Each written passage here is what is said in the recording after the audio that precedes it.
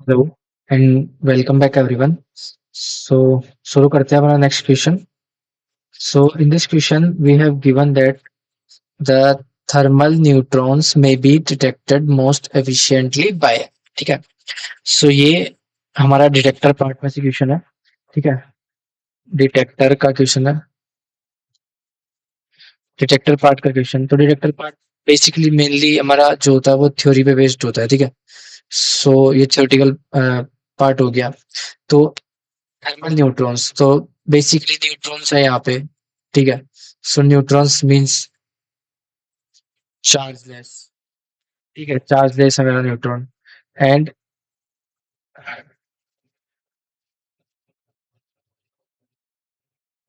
Chargeless neutron है मेरे पास। ठीक है।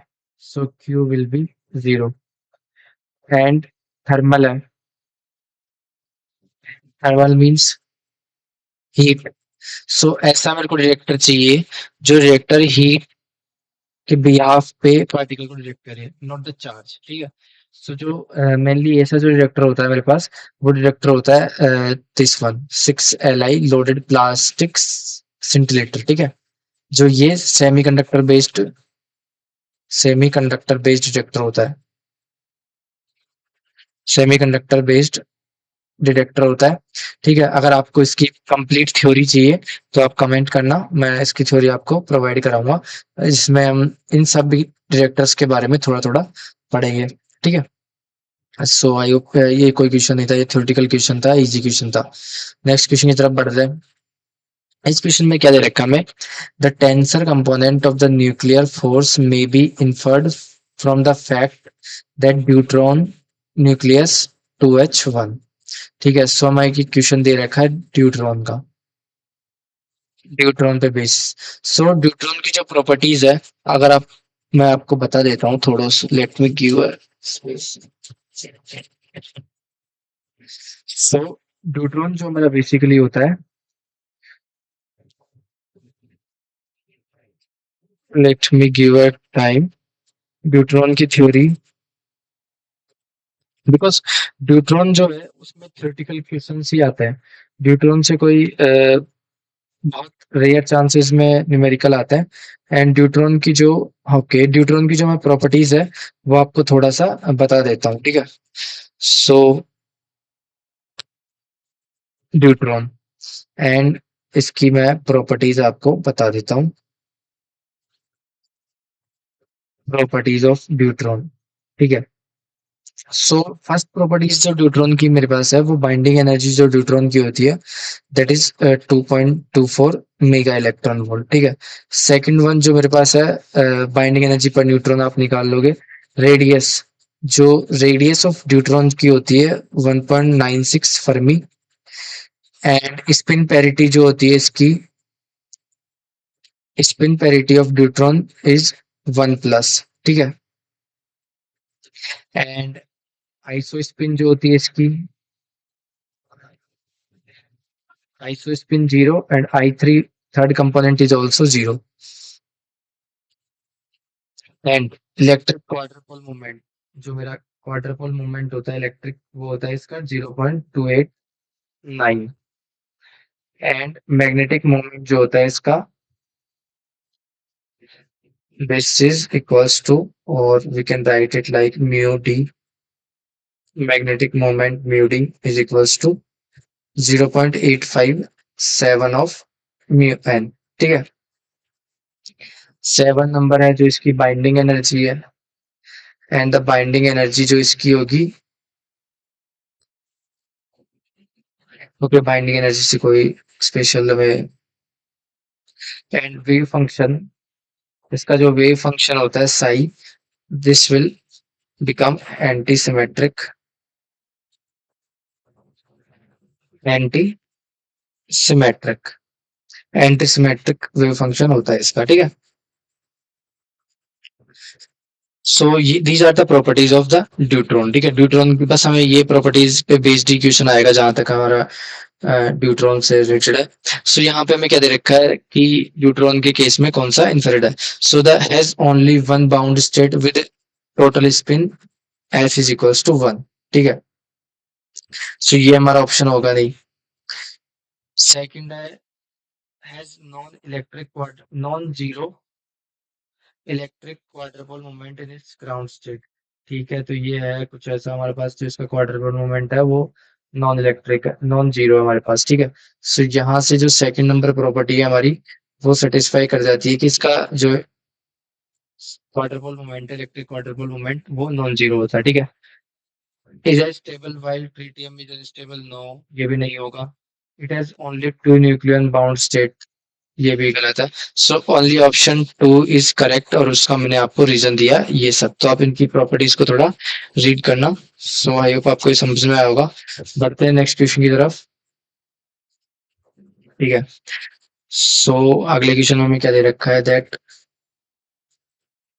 The Q value the Q value of alpha decay of this thorium का अल्फा डीके हो रहा है,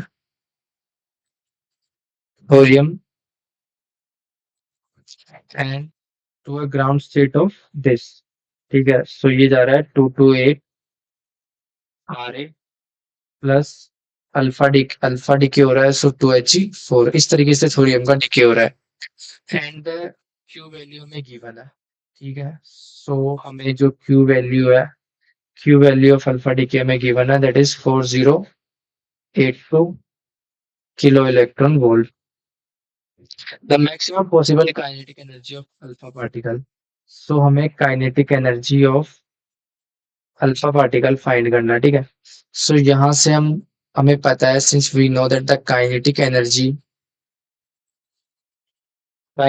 energy of alpha particle will be a minus 4 by a times of q value of this reaction. So a minus 4 will be a, मेरे पास कितना है 232, सो 232 minus 4 कितना हो जाएगा 228 अपॉन ए कितना है 232 टाइम्स क्यू वैल्यू जो है मेरे पास दे रखी है 4082 and this whole value in kilo electron volt. So this will turns out to be 0.98 into 10 4082 kilo electron volt and approx this value is equals to 4012 kilo electron volt. So this is the kinetic energy of alpha particle. So I hope आपको ये clear हुआ होगा। बहुत ही easy question है, बहुत easy question है ये। इसमें बस हमें ये फॉर्मूला पता रहना चाहिए और कुछ नहीं। सो ऑप्शन है 4012 किलो इलेक्ट्रॉन वोल्ट। ठीक है, सो आई होप आपको समझ में आएगा। नेक्स्ट क्वेश्चन की तरफ बढ़ते हैं। सो नेक्स्ट क्वेश्चन में क्या दे रखा है that next question Feb 22 CSIR Feb 2022 का क्वेश्चन है। इस क्वेश्चन में क्या दे रखा है that S16 covalent nucleus beta decay from its ground state with J, okay, with spin parity 5 plus to a state of 16 nickel with spin parity 4 plus. From the angular momentum selection rule, the allowed value of the orbital angular momentum L and total spin F of the electron and anti-neutrino pair is। ठीक है, सो electron और anti neutrino pair के लिए हमें values find करनी है। ठीक है, सो हमारा जो डीके दे रखा है वो डीके किस तरीके से हो रहा है दैट जो कोबाल्ट है 60 वो डिके हो रहा है निकल में, निकल 60 प्लस मेरा इलेक्ट्रॉन इमिट हो रहा है एंड एंटी न्यूट्रिनो इमिट हो रहा है। ठीक है, ये निकल रहा है बाहर। अब इनके करस्पॉन्डिंग जो स्पिन पैरिटी दे रखी है मेरे को वो दे रखी है 5 प्लस एंड यहाँ पे जो स्पिन पैरिटी है वो 4 प्लस। तो इसके करस्पॉन्डिंग जो जे पाई है स्पिन पैरिटी या फिर allowed values of L and S we have to find. ठीक है, एल और एस के करस्पॉन्डिंग हमें अलाउड वैल्यू फाइंड करनी है। ठीक है, सो यहां से अगर हम देखते हैं for the allowed selection rule parity must be conserve. ठीक है, so for allowed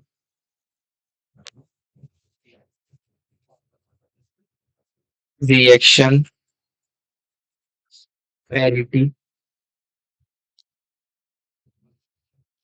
must be conserved. ठीक है, पैरिटी जो हमारी है अलाउड रिएक्शन के लिए मस्ट बी कंजर्व्ड होनी चाहिए। सो द पैरिटी हम जानते हैं, पैरिटी क्या होती है, -1 की पावर एल। ठीक है, सो यहाँ पे पैरिटी पॉजिटिव है, so the allowed value of L क्या हो जाएगी मेरे पास, allowed value of L 0, 2, 4, 6 only even values. ठीक है, इवन वैल्यूज हो जाएगी पैरिटी। इसको पैरिटी को मेरे को क्या करना है, पॉजिटिव करना है। अगर पैरिटी को मैं पॉजिटिव करना चाहता हूँ, मेरे पास एल की अलाउड वैल्यू ये हो गई। ठीक है, एंड स्पिन जो मेरी है,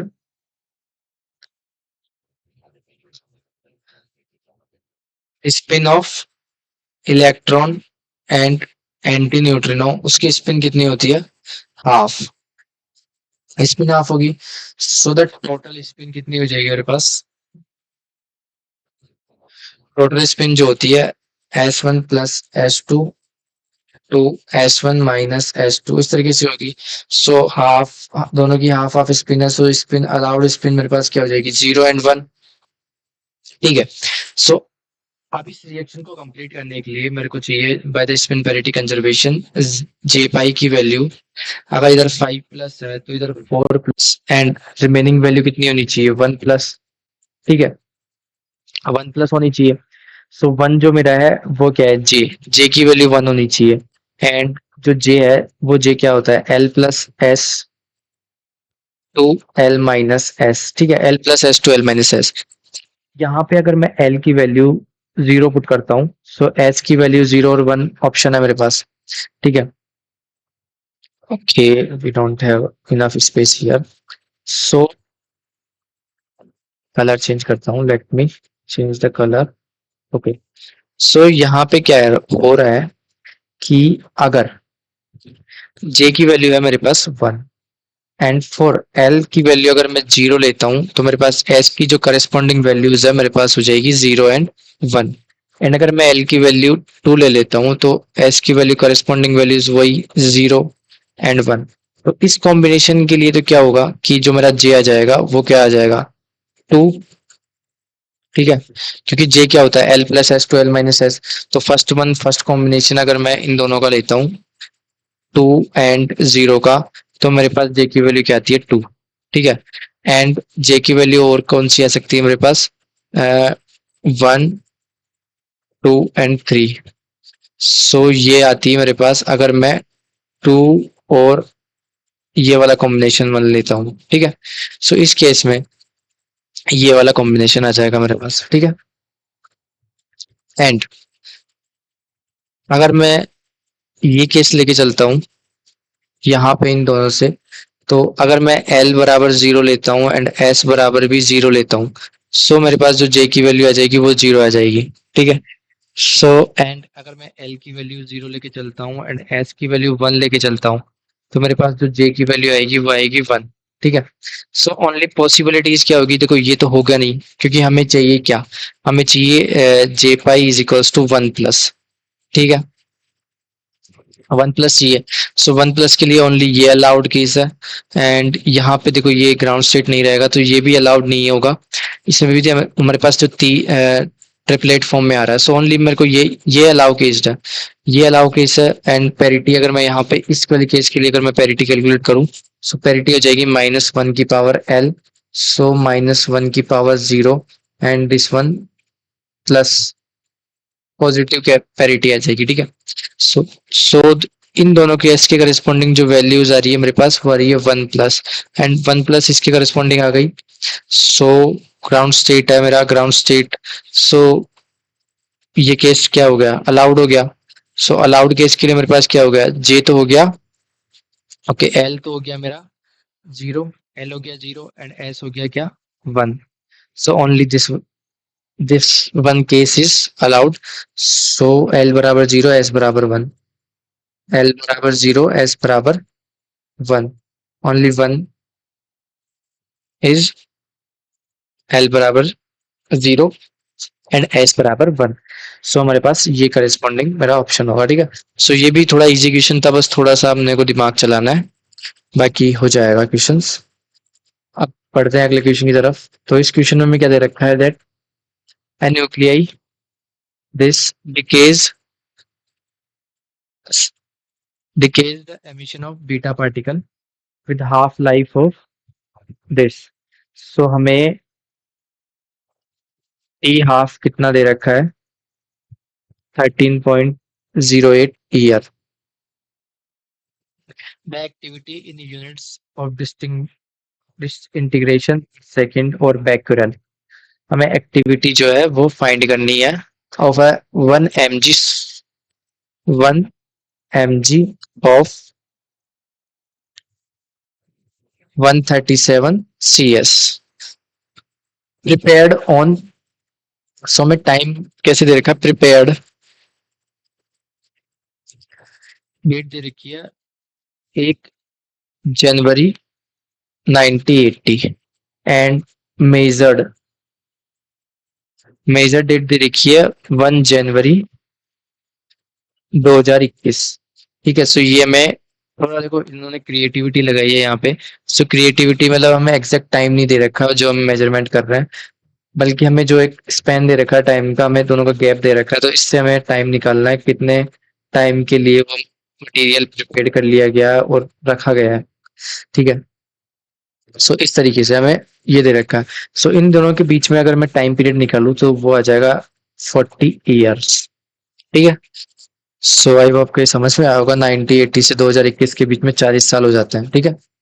अगर आप इसमें से ये माइनस करेंगे तो आपको शायद 41 साल मिले, पर अ, अ, जब प्रिपेयर करा गया था वहां से 1980 में तो प्रिपेयर करा गया था, 80 से 81 जाने में 1 साल लगा, इसलिए ये स्पेन ऐसा है। ठीक है। आई होप आपको ये थोड़ा समझ में आ रहा होगा मैं क्या कहना चाह रहा हूँ।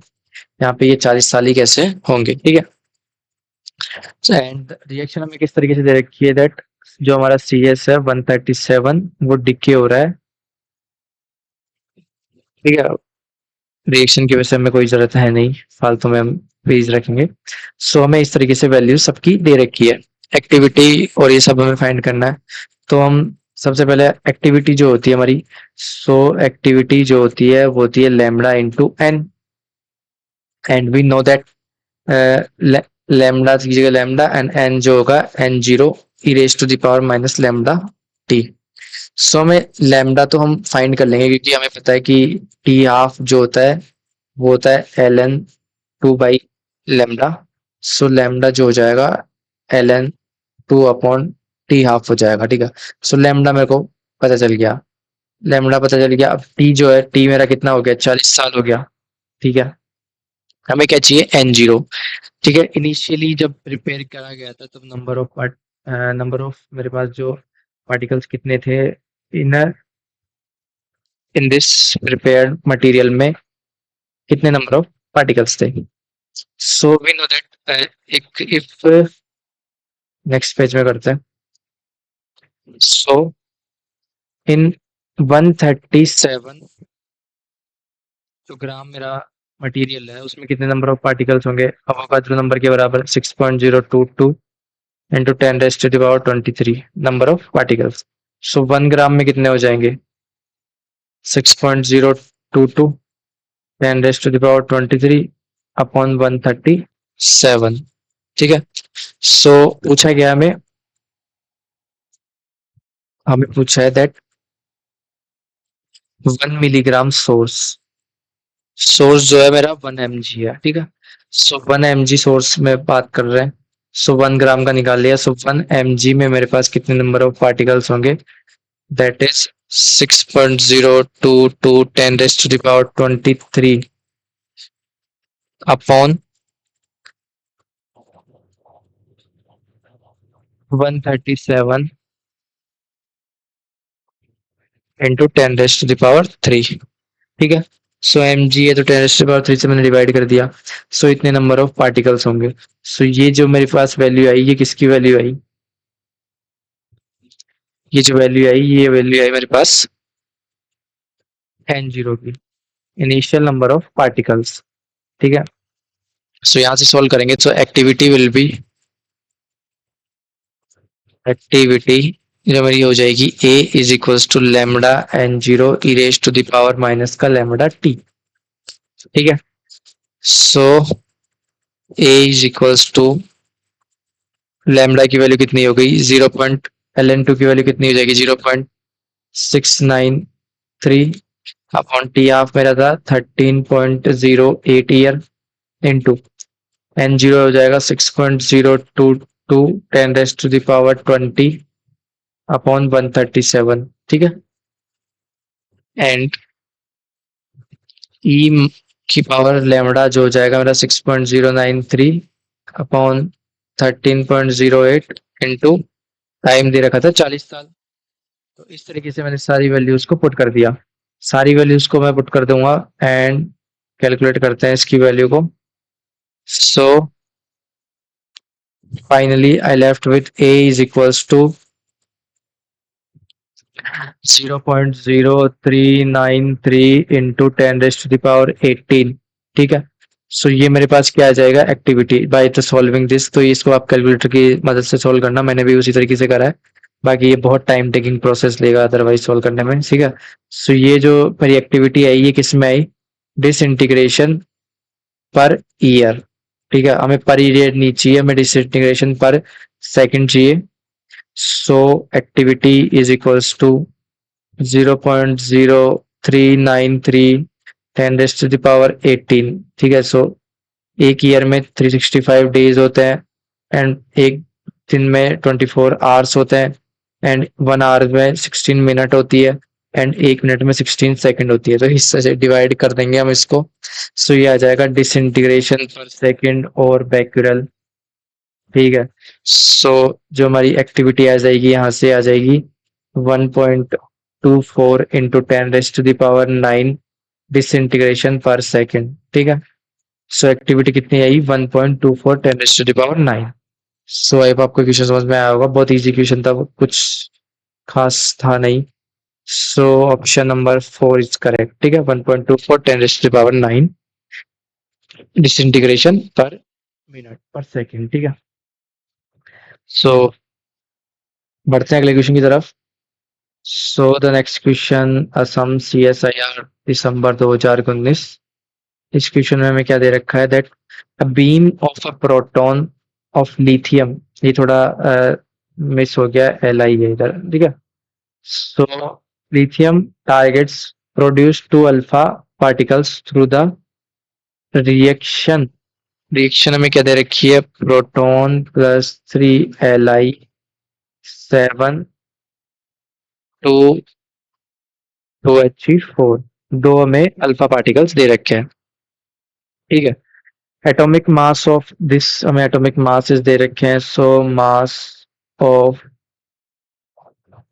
लिथियम जो दे रखा हमें वो दे रखा है 7.0160 U।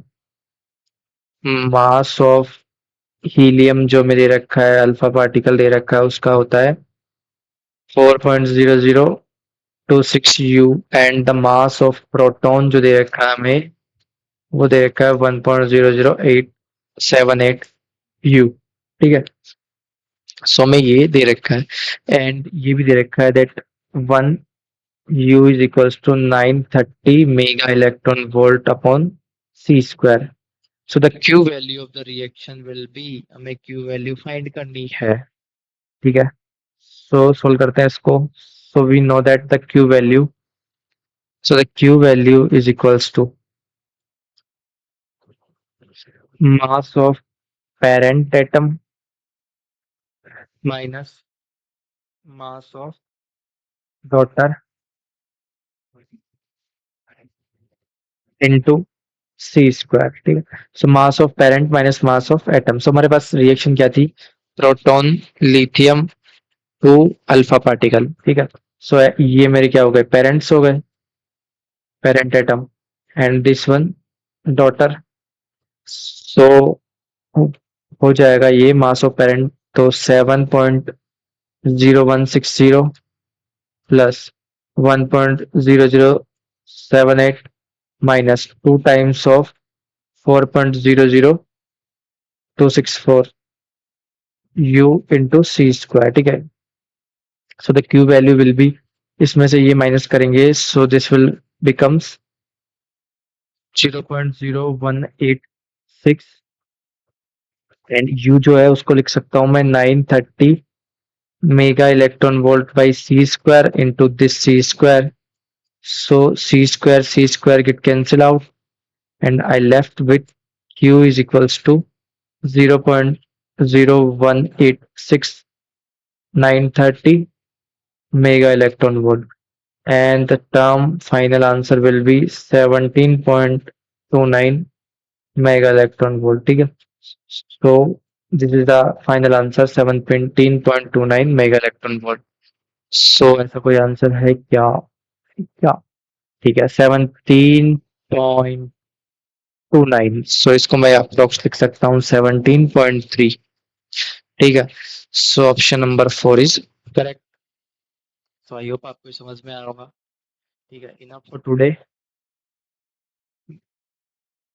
बाकी क्वेश्चन हम नेक्स्ट क्लास में करते हैं. ठीक है, ताकि वीडियो ज़्यादा लंबा ना हो और आप थोड़ा सपोर्ट करें.